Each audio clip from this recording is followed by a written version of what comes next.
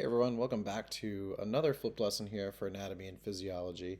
And in this lesson, we're just going to be introducing the skeletal system, our next major system that we're going to cover here as we talk about the human body. All right, so talking about the skeletal system, right, we automatically think about our skeleton, right? All of our bones that make up, give us the structure and make up a lot of the internal protections and structure that we have, right? So we see here a picture of the human skeleton, and we know that there's kind of four major parts, right? We have bones, we have joints, cartilage, and ligaments. And some of these you've probably heard already in tissues when we talked about tissues and our connective tissues, right? So really a lot of these come from connective tissues. So bones, right, are those rigid structures that do a bunch of jobs that we'll talk about.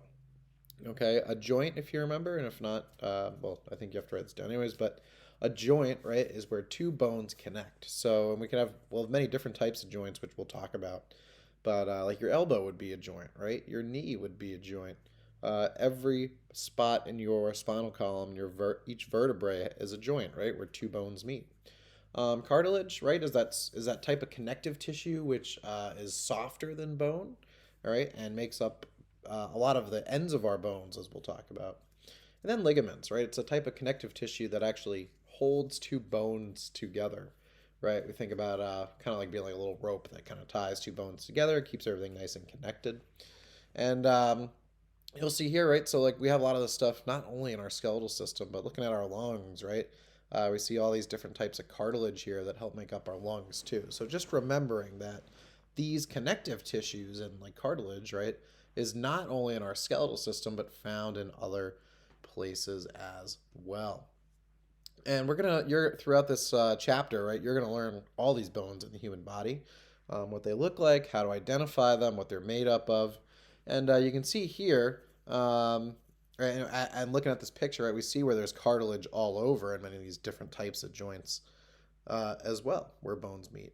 So you'll see here we have the skeleton broken up into two parts, which I think is on this next slide. So we have the axial skeleton and we have the appendicular skeleton. So the axial skeleton is the long axis, and the way I remember it is like think about a graph, right? The y-axis goes up and down. So think about the bones that support us kind of up and down here. So those consist of your skull, your vertebral column, right? So your vertebrae, your spine, and your rib cage. Okay, so and here's an anterior view, here's a posterior view. These are the bones that make up your axial skeleton. And then when we think about the word appendicular skeleton, the root word here is appendage, right? And an appendage means like your arm or leg. So think about bones that would have anything to do with your arms and legs make up the appendicular skeleton, right? The limbs and the girdles, which is what we refer to as where they connect. So those are shown in this kind of yellowish, whitish picture here. So all these different bones that make up your appendicular skeleton. So the clavicle, scapula, sternum, ribs, humerus, radius ulna, femur, tibia, fibula, your tarsals, your carpals, right? Your pelvis, all parts of the appendicular skeleton because that's where your joints come off of. Nice. All right, and again, here's some more bones here. And again, I'm gonna go through them quick because we're gonna get more in depth on these. But definitely, and maybe just take a screenshot, or you could pause the video here and fill these in for which bones would be in which category. So definitely pause the video, fill these in. But again, our axial skeleton, right? The skull, the cranium, jaw, mandible, the vertebral column. We have a couple different types of vertebrae here: cervical, thoracic, lumbar, sacrum, and coccyx. The sternum and the ribs are part of that.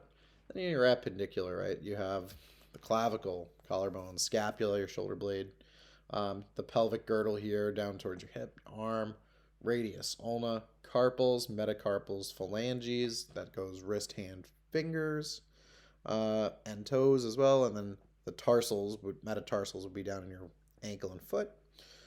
Femur, tibia, fibula, patella, and your calcaneus is a heel bone. So again, we're going to get more in depth on all these, but just write them down here so we know kind of, those are really the big ones that we definitely should know. All right, so we're talking about the skeletal system, but what are the functions of these bones, okay? And we have kind of six major functions here. So first off, right, bones support our body. And if you think about it, um, if we didn't have bones, we would just be a big pile of mushy muscle, right, and soft tissue. And we would not be able to do the amazing things that we could do with our bodies, and move around and lift things, and it would not work like that, right? So they support the body and any of our soft organs like our brain, our heart, our lungs, our most of our digestive system are kind of cradled and supported. Everything's held up by our skeleton. So big one here. Also protecting our vital organs. So providing support for them, it also protects them. So like our brain is protected by our skull, right? Our heart and lungs are protected by our rib cage and our spinal column in the back. And the spinal cord, right, is protected by all the vertebrae. So protection is a big part of the skeletal system. And again, kind of with that support movement, right? Muscles, skeletal muscles, that's a type of muscle we talked about, right? Type of muscle tissue. Attached to bones, and that's how we move around, okay? Some of the other ones here that we may not actually think about as often, I would say the first three are the big three that everybody kind of thinks of. But bones also act as mineral storage for calcium and phosphorus, and other growth factors. And that's why if you've ever seen, and we'll look at some pictures of people who are malnourished or people who maybe are starving, right? Their bones become brittle and weak. Their body is breaking them down to use them for minerals, right? And important chemicals that our body needs, as well as fat storage too. Your body can pull fat out of there. So kind of the last two here. And probably the other biggest function of our bones, right, is blood cell formation. So all of your red blood cells, which help you breathe, come from your bone marrow, right? It's crazy that our bone marrow is what makes the red blood cells. So if you think about it, that's three systems that are tied into one. We have our skeletal system, because that's where the bone marrow is, related to our circulatory system, because that's where the blood cells go and how they move around, related to our respiratory system. That's where the oxygen that comes in goes to, is our red blood cells. So it's crazy how intertwined just three systems are like that. So big functions of our bones here. All right, let's classify some of our bones. So how do we break up all the bones that we have in our body? And there's 206 bones, and the answers actually change kind of depending on where you're at in life, because a lot of these bones fuse together, but these are kind of the big categories. So we have long bones, right, which are longer than they are wide. So thinking about, and we'll see picture here in a second, but some of these would be like your femur, right, your thigh bone, your humerus, radius ulna, your metacarpals, right? They're longer than they are wide. Short bones would be kind of those cube-shaped bones. So the the carpals of your wrists and your ankle bone. Okay, the sesamoid bones with tendons and your patella. All right, your hyoid bone would be those short bones. Then we have flat bones, right? Obviously pretty flat. Things like your sternum, your skull. And then I could just call this one the funky group, right? The irregular bones. So complicated shapes like vertebrae and hips, right? Your pelvis would be those irregular bones, all types of funky shapes. And we can see some of them here. So right here is a humerus for your long bone, a vertebrae for an irregular bone, and this is a lateral, right lateral view looking from the right side. And a short bone, right, your talus, which is in your ankle, and a flat bone, your sternum here. All right. We have 206 bones we talked about. And inside a bone, there's two types of bone tissue, okay? You have compact bone, which is the outer layer, and that's what we think of that hard, solid, dense bone. But our bones are actually, most of them are spongy inside, all right? They have open spaces that are filled with bone marrow. And there's a bunch of reasons, right? We said bone marrow is what makes our red blood cells.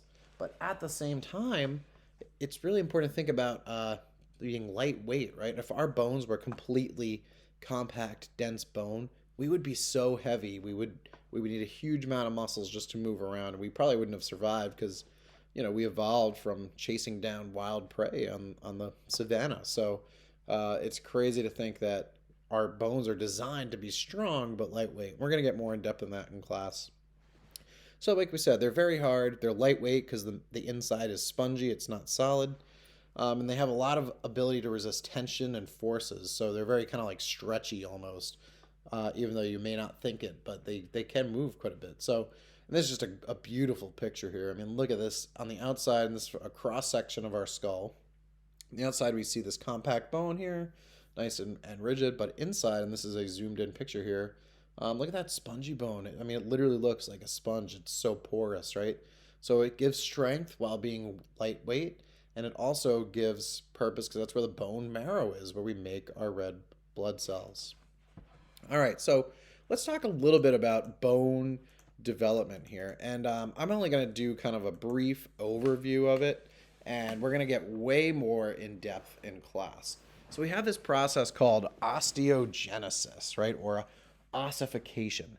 And the prefix here that we're going to hear a lot relating to our bones is the prefix os or osteo, which refers to bones and skeleton.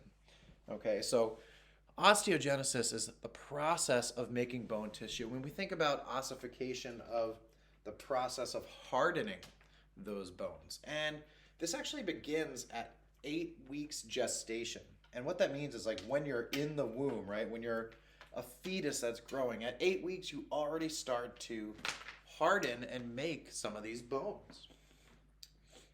All right, and something to think about here is your bones actually start as cartilage. Okay, so all bones start as cartilage. And this is true even when you're born and you're not a fetus anymore, you're a living human being. Even those babies have cartilage still. Okay. And that cartilage is replaced by bone, and that's that process we refer to as ossification. So after you're born, postnatal bone growth up to early adulthood. So if you think about it, we are not the same size as we were when we were born, right? We definitely grew a little bit. Some of us probably grew more than others, but we definitely grew bigger and taller, which means our bones have to grow. So obviously it makes sense that our bones are not completely solid when we're born. We need that cartilage to be able to grow. And I'm sure you've heard of this before, but that's why all of our bones have growth plates, all right? A region where long bones can lengthen. So your femur, your tibia, fibula, right, your humerus, all those bones need to grow to help us grow. And so I'm sure you've heard of a growth plate, and like maybe breaking your growth plate is a bad thing, which it is. And the real term for this is the epiphyseal plate, right? Is the scientific term for a growth plate. And then you also have appositional growth, right, where bones increase in thickness because we're getting bigger and they need to support us more. All right. And of course, while our bones stop growing when we hit a certain age, those growth plates will ossify or harden. Our bones will actually repair themselves throughout their entire life, which is really cool. So you could break a bone and it'll heal itself, and we'll talk about that. Just a cool picture here showing, right, from week 9 all the way up to childbirth and then through adolescence, right, how the blue represents the cartilage here, right, hyaline cartilage, and we start to see ossification, right? We start to see how these bones solidify, and by the time you're at birth, right, they're still very cartilaginous, mostly cartilage, especially on the ends here, and that makes sense. We always talk about, like, if you ever hold a baby, they're very, like, spongy, right? And that's because they don't have a lot of hard bone. They're mostly cartilage. As you start to get older, though, we see how it's starting to harden, and you see this kind of blue line of cartilage here, right? And that's the epiphyseal plate, the growth plate. So when your bones actually grow from a little kid into an adult, right, adolescence, adult, they grow from these epiphyseal plates. So it will add more bone, and this will get longer on this side, and this will get longer on that side. All right, and as long as you have growth plate there, you're still not really done growing. You're still going to continue to grow. And just a cool picture here. So this is our femur we're looking at. This is our tibia, fibula, all right? And you can see these epiphyseal plates, the growth plates. On an x-ray, right, any hardened bone is going to show up white like this. So because we could see clear through here, right there and right here in the tibia, that means that's not hardened bone, that's cartilage, so that's the growth plate, which is pretty cool. And you can see the same thing here in the hand bones, right? How much space there is here, crazy. And again, a little zoom in here, right? We see the bone growth growing from the epiphyseal plate.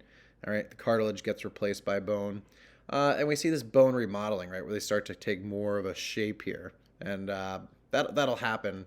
Right, it'll get reabsorbed from the outside and brought in. And this is the one I really want to show. So looking at these growth plates again, look at that epiphyseal plate, how it's nice and spacious. That means it's still growing. All right. And this clearly is somebody who's at the end of their teenage years or into adult, because look at that growth plate, right? We could just see it's not open anymore, so there's no cartilage. It's solid ossified bone, which means they are done growing. The body says, yep, I'm not growing anymore. And that last little bit of epiphyseal cartilage, right, gets filled in with hard bone. And that's that. This guy's not growing anymore. And just really cool how that process works here. All right, so that's the end for this intro lesson. Just quick going over the parts of the skeleton, the jobs of the skeletal system, right? Different types of bones and whatnot, and then how we develop bones. A very basic understanding. We'll get more in depth in it. So if you had any blanks or if you missed anything, go back and fill it in, and we'll keep building on this on the next couple weeks as we talk about skeletal system. So thanks for watching.